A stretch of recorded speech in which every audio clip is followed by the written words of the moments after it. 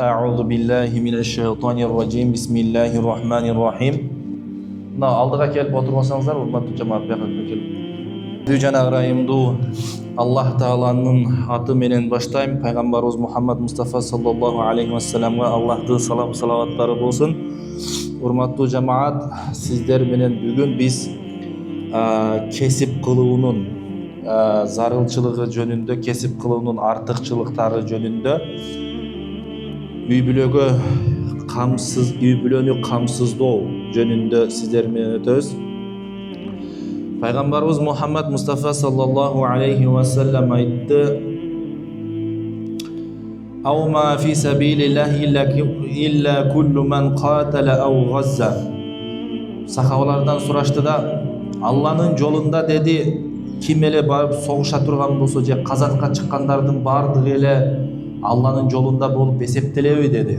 Пайгамбарыбыздан сурашты да. Пайгамбарыбыз саллаллаху алейхи вассалам айтты: Кудай Тааланын жолуна чыгуу, Кудай Тааланын жолунда болуу бул жалаң эле жихадка чыгуу же болбосо казатка чыгып урушуу, согушуу эле эмес деди да. Мен саа аля нафсихи лияуффаха фахуа фи сабилиллах. Ким өзүнү камсыздоо үчүн, ким өзүнү камсыздаш үчүн аракет кыла турган болсо, бирөөгө көз каранды болбоюн деп, өзү иштеп, өзүнү каржылай турган болсо деди, бул Аллах Тааланын жолунда болот деди. Ва мен саа аля валидайхи лияуффахума фахуа фи сабилиллах. Ал эми ким ата энесини каржылаганга аракет кылып, ушуларды көз каранды кылбайын, көчөдө таштап койбоюн, ушулардын курсагын карайын, камсыздайын деп аракет кылып иштеп жүргөн болсо, пайгамбарыбыз айтты, бул дагы Алла Тааланын жолунда болот деди. Ва мен саа аля иялихи лияуффахум фахуа фи сабилиллахи.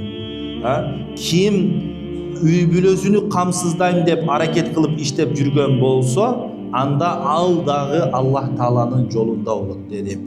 ومن سعى مكاثرا فهو في سبيل الشيطان.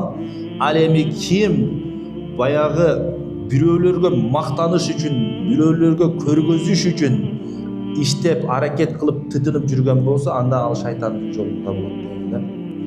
Бирөөлөргө өзүнүн көргөзүп, кожо көрсүн үчүн иштеп, ушул мен паланчыдан, түкүнчүдөн өч алышым керек деп иштеп жүргөн болсо, эртеден кечке тытынып, анда ал адам шайтандын жолунда болот деди да. Ошон үчүн бир гана кимди өзүңдү камсыздаш үчүн, ата энеңди камсыздаш үчүн, бир туугандарыңды камсыздаш үчүн, үй бүлөңдү камсыздаш үчүн эмне кылыш керек экен, иштеш керек экен да, ниетти ушун үчүн кылыш керек экен.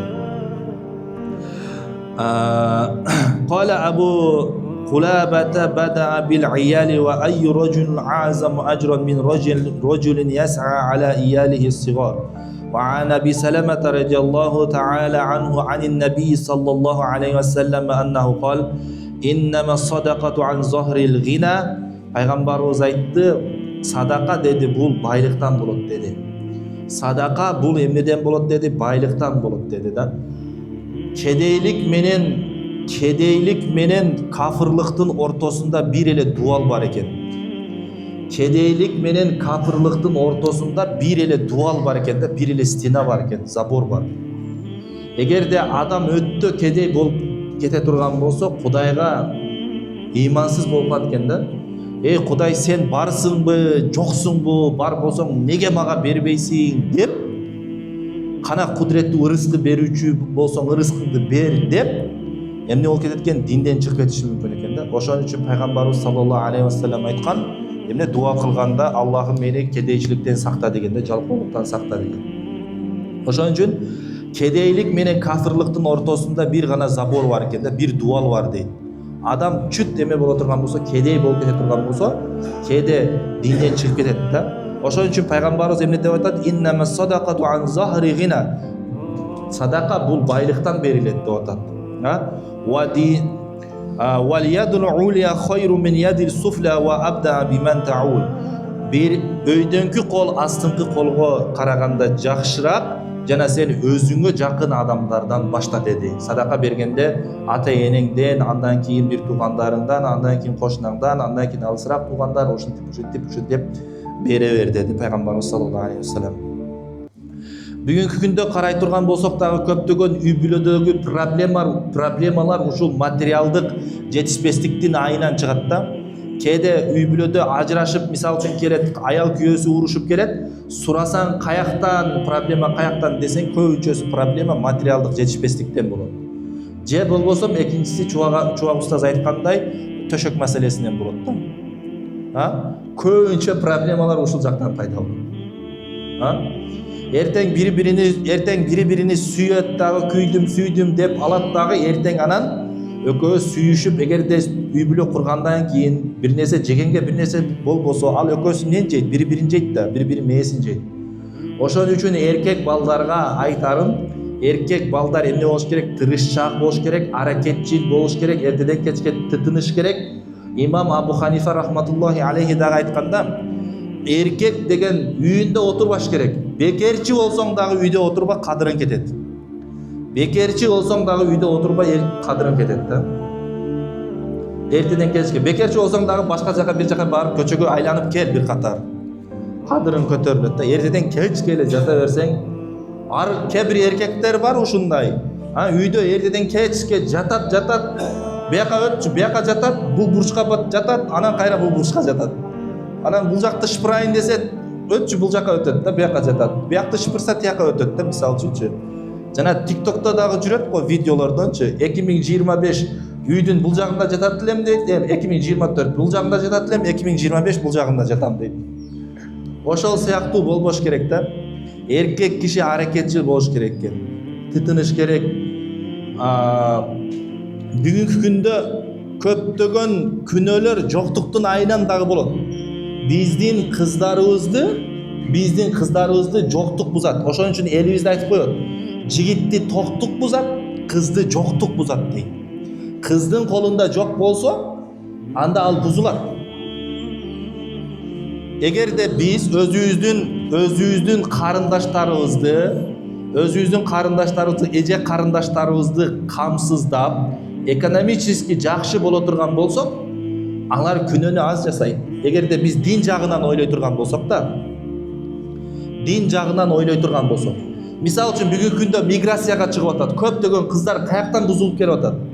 Миграцияда бузулуп келип атат. Россияда, Германияда, башка жактарга барып, мисалы үчүн алар өздөрү кыздары көп учурда барып башка бир махрам эмес болгон жигиттер менен жашап атат. Россияда бузулуп атат мисалы үчүн. Биз эгерде кээде айтабыз, астагфирулла дейбиз. Мисалы үчүнчү, кээде биз иштеп туруп ошолорду жигиттер камсыздай турган болсо, алар ушул Кыргызстандан чыкпай турган болсо, сен үйүңдө Кыргызстанда отура турган болсо, күнөө азаят. Ошон үчүн кээде пайгамбарыбыз айтты го, бул жихад деген бул жалаң эле Алланын жолуна чыгып алып, кылыч көтөрүп, башка нерсени көтөрүп алып чыккан эмес. Бул эмне экен? Жихад деген бул өзүңдү камсыздоо, үй бүлөңдү камсыздоо, ата энеңди камсыздоо, сага жакын аялдарды камсыздоо. Бул эмне экен? Бул күрөш, мына чыныгы күрөш ушул да. Ошон үчүн пайгамбарыбыз айтканда, бактылуулуктун 4 сыры бар деген. Эгерде кимде 4 нерсе боло турган болсо, ошол адам бактылуу деген. Эгерде биз эже карындаштарыбызды бактылуу кыла турган болсок, алардан дагы ушул нерсе табылыш керек да. Мисалы үчүн эгерде дейт, адамдын үйү болсо, улоосу болсо, анан кийин ырыскысы өз жеринде, жана аралашкан адамдары таква жакшы адамдар боло турган болсо. 4 нерсе. Үйүң болсо, машинаң болсо, улоо, мингенге бир нерсең болсо, андан кийин ырыскың өз жериңде, мусулман өлкөсүндө өз жеринде боло турган болсо, андан кийин эмне болсо, мына ушул 4 нерсе да. Ушул 4 нерсе эгерде бир инсанда табыла турган болсо, пайгамбарыбыз ал айтты, бактылуу адам деди да. Ошон үчүн биз кээде жигиттер бирок акыркы мезгилдерде алсыз болуп кетип атат да, көптөгөн эркектердечи намыс кетип атат, аялдарды иштетип коюп атабыз. бул негизи мен эркектерди жамандаш эмес, баягы болуп жаткан нерселерге реалдуу баа берүү да. Болуп жаткан нерселерге реалдуу баа берүү. Себеби бул динде деле айтылган, кыяматка жакын эркектер алсыздап кетет экен да. Эркектерден намыс кетет экен. Ошон үчүн биз ушундай нерселерди угуп атканда намысыбызга келишибиз керек, урматтуу бир туугандар. Inna Allah azza wa jalla qad domina dinal abdi iza istadana fi thalathatin. Kede biz üy-бүлөдө, мисалы үчүн üy-бүлө багалы деп аракет кылабыз. Кеде карыз алабыз, мисалы үчүн бирөөдөн карыз болобуз. Пайгамбарыбыз саллаллаху алейхи вассалам айтты, эгерде адам 3 учурда карыз ала турган болсо, карыз алып кайтара албай кайтыш болуп кете турган болсо, каза болуп кете турган болсо, Аллах Таала ошол адамдын карызын өз мойнуна алат деди. Биринчиси min qabli nikahi makhafatal fujur summa lam yaqdir ala qada'iha hatta mat. Birincisi egerde bir jigit zinadan korkup turup karız alıp üylöndü dağı, üylөнгөндөн кийин karızın kaytara alбай kaçış olup ketти. Bunun karızın eger Allah Taala öz moynuna alat eкен. Kıyamat günü bayağı karız aldı o. Karız algan kişini, narkı karız bergen kişini Allah Taala kıyamatta özü razı kılat eкен. Bul kişinin o atından. İkincisi dinahu li'anatil muslimina liyahruju ilal ghaza. Musulmanlarga jardam beriş üçün bирөөдөн karız alıp bergen bolsa, bunun karızın Allah Taala kıyamat günü özü emne kılat eкен, moynuna alat eкен. Vasalisu, üçüncüsü kim bir musulman ölüp kaldı, kepini жоқ eкен de. Oşol adamga karız alıp kepin alıp bere turgan bolsa, oşol kepindin akçaсын bere alбай кайтыш болуп кете турган болсо, Allah Taala bunu dagы эмне кылат экен? Bunun da karızın Allah Taala kıyamat günü özü көтөрөт экен. Ошон үчүн мына көрдүңүздөрбү? Баягы үй-бүлө үчүн карыз алып кайтыш болуп кеткенде, жигит нике кылганда, Allah Taala bunun karızın özü moynuna alat dedi, көтөрөт dedi. Andan keyin İmam Hasanul Basri aytты, Anas ibn Malik bul hadisni riwayat kılıp atkanda dedi, 3 nerseni aytpady mı? Üçüncüsünde 3 nersede karız alsa dedi. Karız ala turgan bolsa Allah Taala көтөрөt dedi anın karızın. Hasanul Basri rahmatullah aleyhi aytты, Anas ibn Malik bul hadisni riwayat kılıp atkanda kişiye karıp alsırap kalgan ele bir nerseni unutup kalıptır dedi. Hasanul Basri bir nerseni unutup kalıptır dep Hasanul Basri aytıp atat. Eger dedi kim Rajulan istadala li yunfiqa ala iyalihi, üy-бүлөсү үчүн бирөөдөн карыз ала турган болсо, зарыл жумушу чыгып кылып üy-бүлөсү үчүн карыз ала турган болсо, ваштахада ala qadaihi, кайтарып бергенге аракет кылды. Кайтарып бергенге аракет кылды, бирок өлүп калды. Жан берди, успет этпеди, ажал келгенге чейин. Allah Taala bunun karızın dağı deyip kıyamat günü özü emetет, көтөрөт дейт. Hasanul Basri ayткан. Көрдүңүздөрбү? Үй-бүлө багуу кандай чоң соопторго ээ. Пайгамбарыбыз дагы башка bir hadisте айткан, кайсыл bir ата dedi. Кайсыл bir ata keçinde kelip жатып, ойлонуп, эртең ушул балдарыма мен эртең кечке чейин адал ырыскы алып келип берсем экен деп ойлонуп, тынчсызданып жата турган болсо, erте menenge çeyin anın künölör keçirilet dedi. Erte menenge çeyin al adamın künölör keçirilet dedi. Keçinde gelip tınçsızdanıp, uşul erten men bir nerse kılıp baldarıma adal ırıskı tavıp kelsem eken dep oylop jatkan bolsa anın künölörü keçirilet dedi, urmattуу jamaat.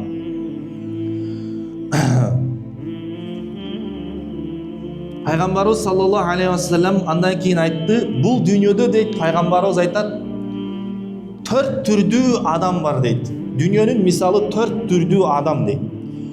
Birincisi deyt, ilimi var, jana amalı var deyt. Eki nerse var eken. İlim var, amal var. İlimi var, bирөөлөргө sadaka beret, jana ошондой эле байлыгы дагы бар да. İlimi var, динден түшүнүгү var. Ошол sadaka beret, аракет кылат, бирөөлөргө жакшылык кылат, bir проектлерди алып чыгат, жардам берет. Анан экинчи киши деп атат. Экинчисинде илими бар, бирок байлыгы жок. Илими бар, bir жерге bir медресе куруп берейин дейт, элге жакшылык кылайын дейт, суу чыгарып берейин дейт, bir кыйналган байкуштарга, жетимдерге жардам берейин дейт. Бирок эмнеси жок дейт, байлыгы жок, колунда жок дейт. Бул баягы биринчи адам экөөсү соопто бирдей дейт. Бирөө бар, илими бар, байлыгы бар, эметет, камсыздайт Алланын жолунда, каржылайт. Экинчиси илими бар, бирок эмнеси жок, байлыгы жок дейт. Бул адам, бул экөөсү дейт соопто бирдей дейт. Эми үчүнчү менен төртүнчү дейт. Үчүнчү менен төртүнчү дүнүйөсү бар, байлыгы бар, бирок илими жок. Байлыгы бар, илими жок, сарптаганды билбейт да, туура жолго сарптаганды билбейт. Жалаң жаман жака, батыл, казиного кетирет, кумарга салат акчасын, процентке берет акчасын, дагы башка жаман нерселерге кетирет. Дүнүйөсү бар, илими жок. Бул эмне кылып атат? Күнөө алып атат. Күнөө кылып атат. Эми төртүнчү адам дүнүйөсү жок, илими дагы жок, эчтекеси жок. Муну үчүнчү адамга, жанагы дүнүйөсү бар болуп туруп, жаман жолго жумшаган адамды карайт дагы, эмне кылат? Мен дагы ушундай болсом экен дейт дагы. Экөөсүнүн күнөөсү Кудай Тааланын алдында бирдей дейт. Муну дүнүйөсү жок болуп туруп, жаман жолго жумшабаса дагы ниет кылгандыгы үчүн Аллах Таала буга эмне кылат экен? Күнөө жазат экен да. Ошон үчүн кээде биз максат кылабыз го, бирөөнү көрүп алып, менде дагы ушу байлыгым болгондо мен деле буга окшоп жыргап жүрмөкмүн, тияка бармакмын, бул жакка бармакмын, кыздар менен жүрмөкмүн, мындай кылмакмын, тигиндей кылмакмын дейт го. Күнөөдө экөө бирдей. Мына хадисте айтып атат. Ошон үчүн кээде кыямат күнү Аллах пенде бейишке киргенде Кудай Таала толтура нерселерди көргөзөт экен да. Толтура, мына үй сеники, мына бак сеники, могул жак тапчандар сеники десе, бул менин кылган кайсыл амалым үчүн дейт экен да. Кудайым, мен кайсыл амалым үчүн десе, Кудай айтат экен да, сен колуңда жок эле, бирок ниет кылган элең. Ниет кылган элең, ушу колуңда болсо, ушу бир бей бечарага жардам берсем экен деп ниет кылган элең. Мына ошол ниетиң үчүн дейт экен да. Көрдүңүздөрбү? Ошон үчүн ниет кылып атканда, ниеттен эмне кылышыбыз керек? Урматтуу жамаат, ниеттен этият кылышыбыз керек да. Жаман нерсени ниет кылып койгон болсок, күнөөгө калабыз. Жакшы нерсени ниет кылган болсок, сооп алабыз. Андан кийин Пайгамбарыбыз саллаллаху алейхи ва салламдан Муавия, Кутада, Анас ибн Малик радиаллаху анху сурады. Анас ибн Малик радиаллаху анху сурады. Рагифун атасаддaqu bihi ahabbu ilayka am mi'ati rak'atan tatawwu'an. 100 пайгамбарыбыздан сурады. 100 рекет нафил намаз окуган сизге сүйүп жакшыракпы? Же бир нанды садака берген жакшыракпы деди пайгамбарыбызга. Пайгамбарыбыз айтты: "Рагифун татасаддaqu bihi ahabbu ilayya min mi'ati rak'atin tatawwu'an." 100 рекет нафил намаз окуганга караганда бир нанды садака бергениң мага жакшыраак деди. Пайгамбарыбыз айтып атат. Андан кийин айтып атат: "Я Расулаллахи qadaul hajatil muslimu ahabbi ilayka am mi'ati rak'atun tatawwu'an." Алланын элчиси, бир мусулмандын көйгөйүн, проблемасын чечкен сизге жакшыбы? Же qadaul hajatil alfu rak'atun tatawwu'an. Же 100 рекет нафил намаз окуган жакшыракпы деди. Бир мусулмандын көйгөйүн, проблемасын чечкен жакшыракпы? Же 100 рекет нафил намаз окуган жакшыракпы дегенде пайгамбарыбыз айтты, эмне деди? Бир мусулмандын проблемасын чечкен 100 рекет намаз окуганга караганда жакшыраак деди. Нафил намазда, кошумча намаз окуганга караганда жакшыраак деди. Көрдүңүздөрбү? Кээде ошон үчүн биз таква болобуз десек, кээде кээ бирөөлөрдөн жардам сурасаң, жардам сурай турган болсоң, үйүндө жатып алып, бекер жатып алат, бирөөгө бекер эме кылбайт. Жардам бербейт да. Көчөдөн жөн эле бирөөнүн өтүп барат, кыйналып атканын көрөбүз, бирок жардам бербейбиз. Биз кээде альхамдулилля мусулманбыз дейт, бирок жашообузду карайтырган болсок бардыгыбыз капиталистпиз. Мен даже капиталистмин. Неге десе, мен дагы бир нерсени сомго бүтүрөм да, мисалы үчүн. Бардыгыбыз сомго бүтүрөбүз. Могу ислам биздин мечитибизде эле. Жашообузда бүт бардык нерсени бирөөгө бир нерсе десең жардам бербейт. Жалаң сом менен бүтүрөбүз да. Тилекке каршы. Бирок пайгамбарыбыз эмне деди? Бир мусулмандын проблемасын чечкен ал 100 рекет нафил намазга караганда жакшыраак деди. Кала култу тарку лукматин минал харами ахабу илайка ам альфу рук'атун татаввуан. Пайгамбарыбызга айтты, 100 рекет нафил намаз жакшыраакпы же бир кичине арам жегенди таштаган жакшыраакпы деди. Анас бин Малик. Арам жегенди таштаган жакшыраакпы же 100 рекет нафил намаз жакшыраакпы дегенде пайгамбарыбыз айтты, арам жегенди таштаган жакшыраак деди. Себеби арам эгерде алкымыңа кире турган болсо, арам жей турган болсоң бүт ибадатыңды жок кылат. Келечегиңди талкалайт. Такыбалыгыңды жоготот. Андан кийин Анас ибн Малик сурады. Гыйбатты таштаган жакшыраакпы сизге Аллахтын элчиси же 100 рекет нафил намаз окуган жакшыраакпы дедиде, пайгамбарыбыз айтты, гыйбатты таштаган жакшыраак деди. Гыйбатты таштаган жакшыраак деди. Ошон үчүн кээ бир күнөөлөр бар, көрдүңүздөрбү? Гыйбат дагы кээде мындай намаз окуп туруп, бул жалпы хадистен алына турган пайданы көрдүңүздөрбү? Намаз окуп туруп адам эгерде гыйбат кыла турган болсо, намаз окуп туруп арам жей турган болсо, намаз окуп туруп эгерде садака бербей турган болсо, бул эмнекен жаман экен. Ошон үчүн эмне кылыш керек? Намазга да көңүл буруш керек. Жана жашоодогу кылып аткан аракеттериңе дагы, поступкаларыңа дагы эмне кылыш керек? Көңүл буруш керек. Кээде мечитке келип алып, алхамдулилля деп туруп аяктан арам жей бер. Анда намаз окугандан пайда жок. Ошон үчүн кээде адам азыркы кезде дейт, алымдар айтат, мусулманды мечиттен кыдырба. Мусулманды эч качан келип алып, о, машалла, допусу мындай экен, тигиндей экен деп кыдырба.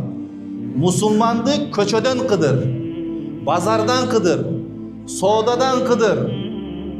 Үйлөнүп атканда бирөө акча алыш бериште кыдыр. Мусулманды эртең эгерде бир соодада кыдыр, бирөө 500 сом, 1000 сом ашыкча берип койсо, кайтарып береби, бербейби, мына ошол кезде кыдыр да мусулманды.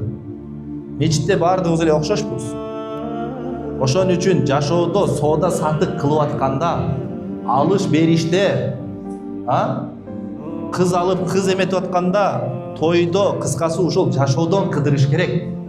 Мечиттен кыдырбаш керек ошон үчүн. Анан жалаң эле ушул ибадатты эмес, башка нерселерди адеп, ахлакта дагы эмне кылышыбыз керек экен, өзүбүздү оңдошубуз керек. Аллах Таалам бардыгыбыздан разы болгон болсун. Аллах Таалам ушул айткан аят хадистерге амал кылууну насип этсин. Субханака ла илма лана илля ма алламтана иннака анта алимул хаким. ربنا لا تزغ قلوبنا بعد إذ هديتنا وهب لنا من لدنك رحمة إنك أنت الوهاب برحمتك يا أرحم الراحمين.